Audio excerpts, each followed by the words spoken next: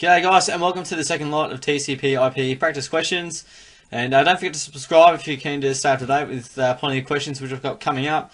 141, what are the two advantages that TCP has over UDP? Choose two. We've got acknowledged delivery, faster delivery, lower overhead, virtual circuits. So we've got to figure out what characteristics that the TCP protocol has and the UDP has. I'll go through UDP since it'll probably be easier to give you the answer. UDP offers a faster delivery and also lower overhead because TCP does the others, acknowledged delivery and virtual circuits. 142, your friend is concerned about the security of making an online purchase. What should you tell him to look for in the address bar of the web browser? We've got HTTP, HTTPS, SSH, SFTP. So HTTP would be, I guess, a normal web page. SSH is, I guess, secure host, or I guess a secure session, and SFTP is sort of secure file transfer protocol. So the answer is B. Secure HTTPS is what they want if they want to be secure, or at least attempt to be. 143, you are manually configuring a TCP IP host. Another administrator gives you the router's IP address. What is the TCP IP term for this? We've got default gateway, subnet mask, DNS server, DHCP server. Router's IP address, excuse me. Subnet mask is an element of, I guess, the network, and DNS sort of converts names and numbers to names, I should say.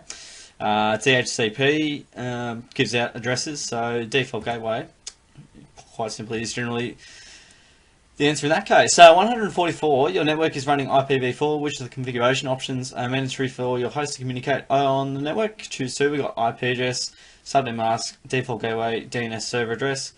DNS is probably more so for, I guess, names and things external. This is just to connect to a network. And default gateway is if you're wanting to communicate to external networks. So if you're connecting, I guess, over the internet, for example, is one example.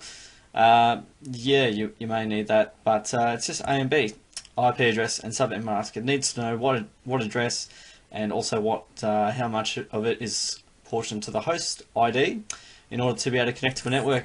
It sort of goes hand in hand. You're normally connecting to the internet, but in this case, you only need those two as an absolute bare minimum to connect to a network. You can go without a default gateway, if that makes sense. 145, which of the following protocols is used for the secure delivery of email? We have SMTP, SNMP, POP3, IMAP4. POP3 is probably, I guess, a mechanism in a way in which you receive email. You can obviously use it to deliver it, I suppose. Secure Network Management Protocol is a network protocol. So it leaves us with Simple Mail Transfer Protocol or IMAP4. The answer is IMAP4.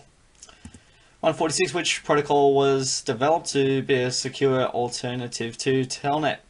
We've got SMB, SSH, SNMP, and SFTP. The answer, and I guess you've heard of Telnet before, does a lot of things in plain text. You would have heard PuTTY as one, so the answer in this case, and with the others being other protocols, it's SSH. 147, which of the following protocols uses TCP port 23? We have Telnet, SSH, FTP, and DNS. We're just there before, it is a Telnet. 148, which of the following is an IPv6 broadcast address? We got, yep, those values there.